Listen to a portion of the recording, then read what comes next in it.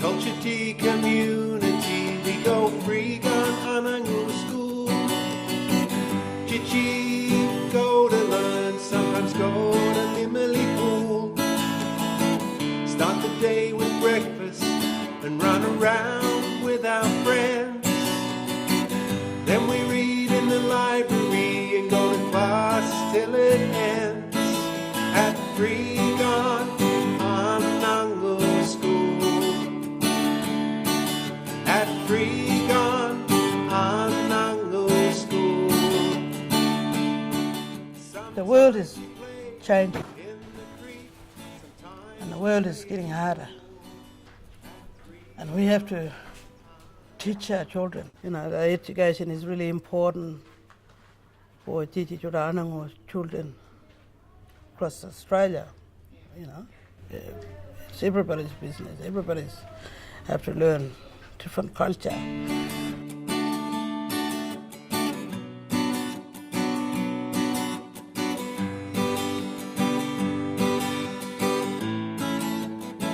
So school attendance is important, I believe, to give children choices of when they finish school. So if they had a good education without having high levels of literacy and numeracy, then students' opportunities for the future are very limited. Attendance, I believe, is everybody's business. Education is the key. Responsibility of the remote schools attendance strategy to get students to school. The federal government has funded a program for the last couple of years and has seen it as a priority again for the next 3 years. And through that scheme and through that strategy, they're funding in our community, Freegon, one attendance supervisor and also 2 attendance officers. My role is remote school attendance strategy mentor. You do the bus run in the morning. Originally when I first started, it was just engaging children and the parents in getting them in the bus with me. And towards the last few weeks now, I've swayed away from driving everybody and more putting the power on them to get the kids to school themselves. When I first started, there was a lot of people still in bed, so it was a case of driving for 30 minutes and tooting and calling out from, you know, anything from 10 to 20 different houses. Is he? I thought he was that way. But now I know where they are and they're more used to me being there in the morning, so they know to be ready. Terry, he'll come around and pick the paper with a name and come around to the places and pick them up, and all them kids waiting for them bus to come around. If there's an issue, whether it might be food or clothing or perhaps teasing occurring at school, then the attendance strategy team can work with the family to resolve that problem and then hopefully get the kids to school. Jesse, picture?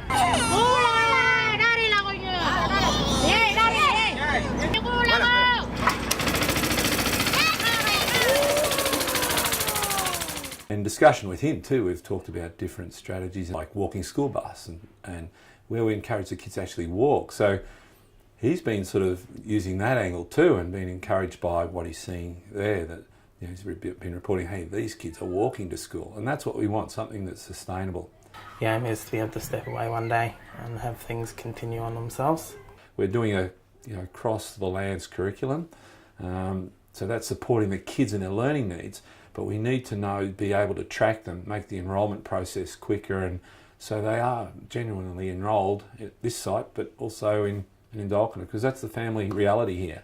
They do transfer across very quickly. You could have anything from 10 to 15 kids out of community at a time. So that means that's 30% gone. So if there's a funeral in a different state, that means they'll be gone for 3, 4, maybe some more. And then there's a case of sometimes they're with one side of the family and the other side might be in a different community or a different state. So they'll spend some time here and then leave and spend time with their father's side or their mother's side. Education is the future.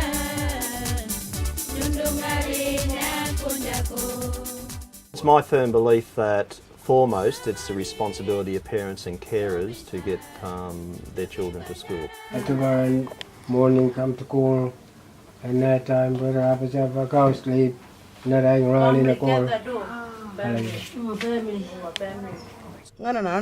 We are a big family, and we want to help those who are struggling. And we want to help those who are really, supporting, and we can support those parents that their teachers in the school every day. That's really good. We can clap their hand and make sure they're doing it every day. But there's people are good people that pushing their children, taking their children to school, and they're really proud of their children, every day. Finding for family and for grandmother, grandfather, uncle, auntie, take him to school, take him to sports trip, take him to hunting with the young fellas. Learning for English or learning for work.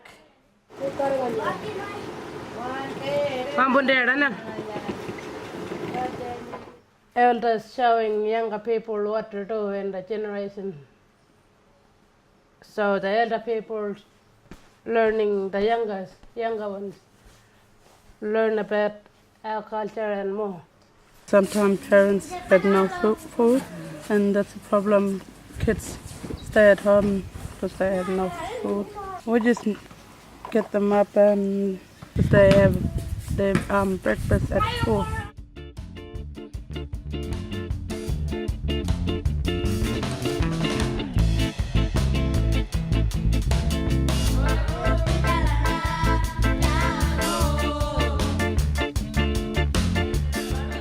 They want to learn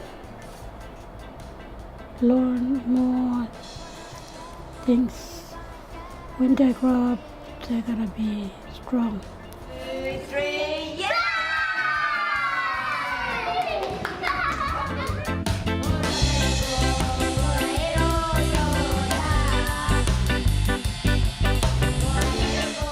It's about now kids during the school time. They have to go back to school because it's not very good time. Kids coming in the store during the school time. Like posters, like it says no chichi in store. The shops roll between the hours of 9 and 3 o'clock in the afternoon. We try and discourage the kids from coming into the store. If they're not at school or they're not with their parents, we try and hustle them out. Hey, what are you doing here? You need to go back to school right now. See us? We then rely on the community to push through with the policy, and the community will back us up. We'll actually stop trading at the till until the kids are removed, but that's after about 3 warnings. For a number of years now, there's been across the lands and across territory, the healthy food choices for the kids. We try and encourage fruit at the till. In regards to the kids coming into the store, it is something that the individual committees of the stores put forward. They're not asking us to police it, but just help them implement the policy. And I think the school's getting on with the program to really home in the healthy choices. The idea of the breakfast program is to try and get kids to school early, so they come, have breakfast, they're ready for going into class and learning. Quite often, if you find they come late, they're always hungry, they don't get engaged in what's happening in the classroom. They like to sit and eat their brekkie, they get to have quite a choice sometimes. We try and have cooked breakfast too sometimes, but yeah, I think it's important. This closes. We then have a tray of toast and fruit slices up at the door, so they then still get to have something to go into class or go into the reading program, so they're not missing out. If you want to hold the book, you can hold the book. We try to teach the 5-6 class, but I've also implemented the Stephanie Alexander kitchen garden. So I've had the kids cooking and starting up the veggie garden because we thought that might have been a good way to get them involved in school. Kids are looking forward to coming back in the new year. The vegetables have started to grow, they can see the result, and so they'll come back in the new year and start harvesting and cooking with what we harvest. What evolved out of that, getting them into the kitchen, was we cook one day a week for the whole school. And then the kids serve it to the rest of the students. So it's sort of giving them a a sense of helping each other and belonging and all that sort of stuff.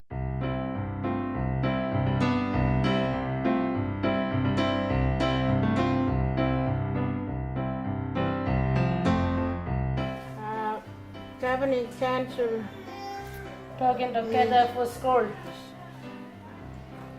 They all getting together and they're having a meeting for Governing Council.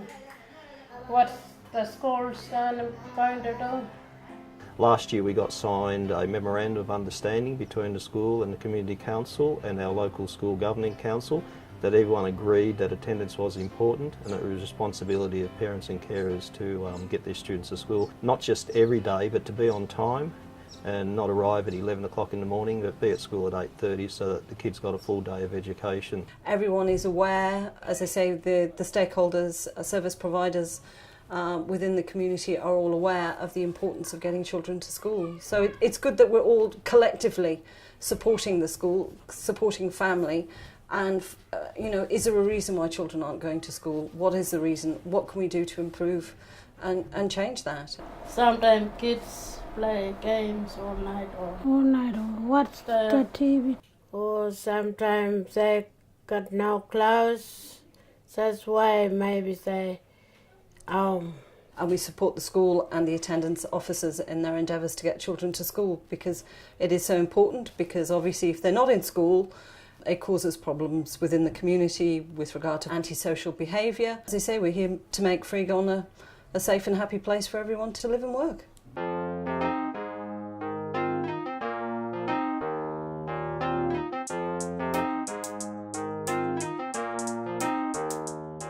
safe at home, not to walk around at night. Sometimes kids might get hurt. Sometimes kids wandering around at night. They need to be sleeping to get up in the morning. The night patrols are under the guidance and support of police, which is still the case, but now it's run by RASAC. It's empowering communities to take responsibility for themselves and for also ensuring that children go to bed so that they don't sleep in the morning, so they're not tired and grumpy when they do attend school. Education is the key. PYC being the overarching governance of education on the lands, so they have an overarching responsibility for education. I know people have 7 priorities and one of them is attendance, the number 1 priority for the schools. Titi can't go to school when there's issues in the family. You know, that's sad. They're looking for things. They're looking for care. They're looking for love. And, you know, that's a big issue that's in our people's lives. Bring all the parents together. They can have the parents who are really looking after their children, make sure they go to school. They can support other parents. And they got big siren at the school singing song. Yeah.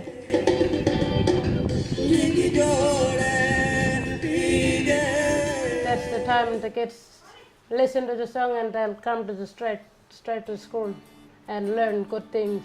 When I became principal of Freegon Umnu School, some of the things that we immediately tried were incentives, and some of those incentives include movie nights. So if students were regularly attending for the previous 5 days, then they got to attend a movie night. Whenever we can, we try to develop that relationship with the community. We have our nights, our community barbecue nights, get people in, see what's happening in the school, sharing reports, sharing work, sharing all the things that we can.